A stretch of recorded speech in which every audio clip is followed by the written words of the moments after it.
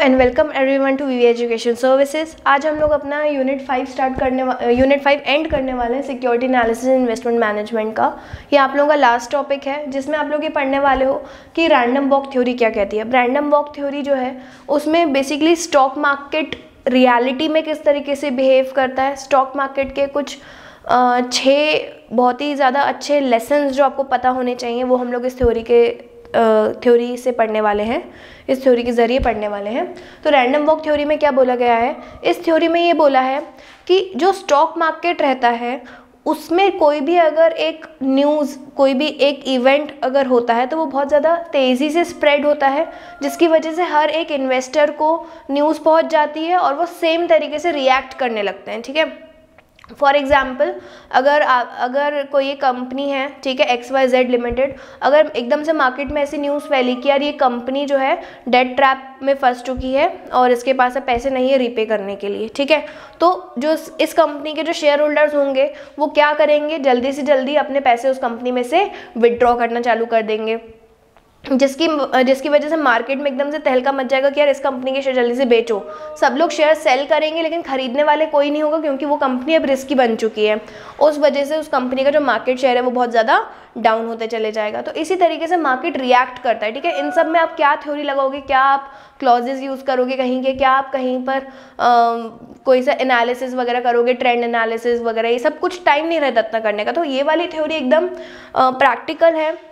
इस थ्योरी में ये बोल रहे हैं कि मार्केट जिस तरीके से रिएक्ट करता है उसकी ना कोई हिस्ट्री होती है ना कोई फ्यूचर होता है, वो ऑफ द मोमेंट रहता है, ऑन द मोमेंट रहता है, इन द मोमेंट रहता है। ठीक है, किस तरीके से, देखो मार्केट में कोई भी एकदम से बात हुई तो वो बहुत जल्दी फैलती है, हर इन्वेस्टर के पास सेम न्यूज़ पहुंचती है, हर इन्वेस्टर सेम तरीके से रिएक्ट करेगा, तो स्टॉक मार्केट भी उस तरीके से हमारा चेंज होता है। तो इस थ्योरी में हम लोग यही पूरा इन्होंने यही बताया है कि कोई भी हिस्ट्री नहीं है, हम लोग पास्ट, हर एक स्टॉक को हम लोग उसके पास्ट को देखकर हम लोग उसको जज नहीं कर सकते।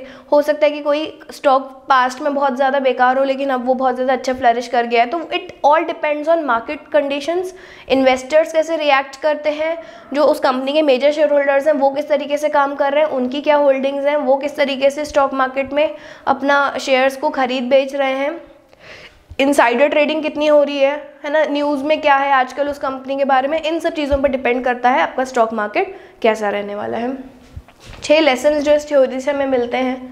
पहला, अच्छा ये वाली जो थ्योरी है ये एफिशिएंट मार्केट हाइपोथेसिस पे बेस्ड है कि आपको मार्केट को ही एनालिसिस करना है, किसी भी शेयर का उसका पास्ट परफॉर्मेंस जो है इतना ज़्यादा मैटर नहीं करता जितना उसकी करंट परफॉर्मेंस मैटर करती है। तो ये एफिशिएंट मार्केट हाइपोथेसिस पर बेस्ड है और यहाँ से हमें 6 लेसन्स क्या मिलते हैं। सबसे पहले, market have no memory, market के पास कोई मेमोरी नहीं होती। मतलब अगर आप बोलो कि यार टाटा कंपनी का जो है हर जनवरी या हर सर्दियों में स्टॉक जो बहुत ज़्यादा ऊपर रहता है, तो ये बहुत ही बेवकूफ़ वाली बात है। ठीक है, ऐसा क्यों? क्योंकि आप किसी भी कंपनी के स्टॉक को उसके टाइम से रिलेट नहीं कर सकते। ठीक है, बहुत कम ऐसे स्टॉक्स हैं जो टाइम के बेसिस पर चलते हैं, लेकिन हम हर स्टॉक को अंतर्यामी नहीं है हम लोग कि यार स्टॉक जो है जनवरी में इस डेट पर इसने अच्छा परफॉर्म किया था तो ये नेक्स्ट जनवरी में भी इस डेट पर अच्छा परफॉर्म करेगा। नहीं, मार्केट की कोई भी मेमोरी नहीं होती है। मतलब मार्केट जो है वो अपनी हिस्ट्री, अपने डेज, टाइम, इन सब पर नहीं चलता है। मार्केट जो है वो सिचुएशन बेस्ड रहता है, जिसमें आपका वो कंपनी परफॉर्म कैसा कर रही है, उस कंपनी में इनसाइडर ट्रेडिंग हो रही है कि नहीं हो रही है, उस कंपनी के जो शेयर होल्डर्स हैं वो किस तरीके से अपने ब्रांड को, अपने शेयर्स को आगे बढ़ा रहे हैं। तो ये सारे चीज़ें रहती है, ना कि कोई भी उसकी मेमोरी होती है। ठीक है, तो स्टॉक मार्केट की कोई मेमोरी नहीं होती। दूसरा, ट्रस्ट द मार्केट प्राइस। देखो मार्केट प्राइस जो है ना वो बहुत ज़्यादा इंपॉर्टेंट रोल प्ले करते हैं कंपनी के जो फ्यूचर होने वाला है उस पर। ठीक है, कैसे? अगर मार्केट प्राइस कंटिन्यूसली फॉल हो रहा है तो डेफिनेटली कुछ ना कुछ उसका रीज़न होगा। मार्केट प्राइस कंटिन्यूसली बढ़ रहा है, हम लोग ये पढ़ रहे थे कि मार्केट प्राइस अगर कंटिन्यूसली बहुत ज़्यादा राइज हो रहा है किसी कंपनी का, मार्केट प्राइस अगर बहुत ज़्यादा फॉल हो रहा है किसी कंपनी का, तो ये सारी चीज़ें जो है किसी न किसी हैपनिंग पर होंगी। या हो सकता है कि वो कंपनी बहुत अच्छा परफॉर्म कर रही हो, उस कंपनी का अभी जो है प्रॉफिट्स रिलीज़ हुए हों कि प्रॉफिट बहुत अच्छा कमाया है उस कंपनी ने अभी किसी फॉरेन कंपनी के साथ डील करी हो, तो कुछ ना कुछ ऐसी न्यूज़ रहती है मार्केट में जिसकी वजह से किसी भी प्रोडक्ट का मार्केट प्राइस जो है ऊपर नीचे होता है। तो एज एन इन्वेस्टर आपको उस प्रोडक्ट के मार्केट प्राइस पर रिसर्च करनी चाहिए कि मार्केट प्राइस अगर बढ़ रहा है, कम हो रहा है या स्टेगनेंट है तो उसका रीज़न क्या है। ठीक है, तो always trust and always do a research on market price before investing. Next है रीड द एंट्रल्स। रीड द एंट्रल्स मतलब वही बैक स्टोरी आप हर चीज़ की पढ़ेंगे कि यार अगर इस चीज़ का प्राइस बढ़ रहा है तो क्यों बढ़ रहा है, कुछ ना कुछ रीज़न हर चीज़ के पीछे होता है, उसके फंडामेंटल्स के टेक्निकल्स, हर एक चीज़। ये देखो ये ग्राफ जो है ना, ये तो आप स्टैटिस्टिक्स की मदद से बना रहे हो, लेकिन ये ग्राफ को जो मूवमेंट, जो पुश मिल रहा है वो मिलता है न्यूज़ से, मार्केट से, उस कंपनी की परफॉर्मेंस से, ठीक है। तो ये सारी चीज़ें आपको जो है कंटिन्यूसली रीड करनी चाहिए in order to find the real story behind the price rise और प्राइस फॉल। नेक्स्ट है there are no financial illusions. Financial illusion मतलब आप फाइनेंस के बेसिस पर आप अजम्पशंस नहीं बना सकते, क्योंकि अभी हम लोगों ने ये पढ़ा कि जो फाइनेंस है, जो पैसा है, जो शेयर्स हैं, जो कॉस्ट है, जो वैल्यू है मनी की, मतलब जो शेयर्स की जो कॉस्ट है, वो हर एक चीज़ जो है प्रॉपर एक किसी हैपनिंग पर डिपेंड करती है, ना कि किसी इल्यूजन पे या किसी तरीके के अजम्पशन पर, ठीक है। तो कोई इल्यूजन नहीं होता फाइनेंस में, it all depends on the market conditions and performance of the company.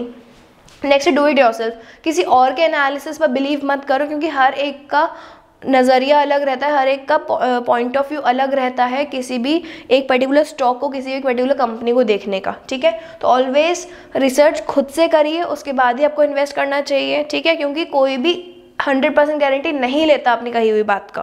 तो इसलिए आपको खुद से भी रिसर्च करनी चाहिए, उसके बाद ही आपको इन्वेस्ट करना चाहिए। लास्ट है seen one stock seen them all.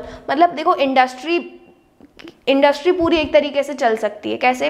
जैसे अगर मैं बात करती हूँ फास्ट मूविंग कंज्यूमर ड्यूरेबल्स की, FMCG गुड्स की बात करूँ, तो वहाँ पे नेस्ले हो गया, ठीक है, हिंदुस्तान यूनिलीवर हो गया, ये कंपनीज बहुत ज़्यादा आगे रहती हैं। तो अगर आपने इस एक स्टॉक को स्टडी करा है, ठीक है, मतलब आपने उस सिमिलर स्टॉक्स को स्टडी कर लिया, ठीक है। आप किसी सिमिलर स्टॉक में अगर मैं आपको बोलूं कि आप है ना इसमें टाटा में लगा लो पैसे, ठीक है, तो टाटा में लगा लो पैसे, मैंने ऐसा मतलब अगर मैं आपको बोल भी रही हूँ कि टाटा में पैसे लगाओ, तो आपको उसकी रिसर्च तो आप करोगे ही, तो आपको क्या मिलेगा रिसर्च में कि यार हाँ टाटा जैसी जो उसकी सिमिलर कंपनीज है वो भी अच्छा परफॉर्म कर रही हैं, या मतलब एक तरीके से एक कंपनी की जो परफॉर्मेंस है वो उसकी इंडस्ट्री पर भी बेस्ड होती है। तो अगर आपने एक स्टॉक को स्टडी करा है, मतलब आपने उस इंडस्ट्री को धीरे धीरे स्टडी करना चालू कर दिया है, ठीक है। तो सीन वन स्टॉक मतलब किसी एक स्टॉक पर अगर आपने रिसर्च करी, मतलब आपने उस इंडस्ट्री पे भी रिसर्च करना चालू कर दिया, क्योंकि कहीं ना कहीं रिलेटेड होती है इंडस्ट्री आपस में, ठीक है, मतलब इंडस्ट्री के अंदर ही सिमिलर स्टॉक्स रहेंगे तो ये रिलेटेड होता है, ठीक है। तो ये आपका एक लास्ट पार्ट जो यूनिट 5 का रह गया था ये कंप्लीट हो गया है। आई होप कि आप लोगों को ये सारी चीज़ें समझ आई। Thank you for watching the video.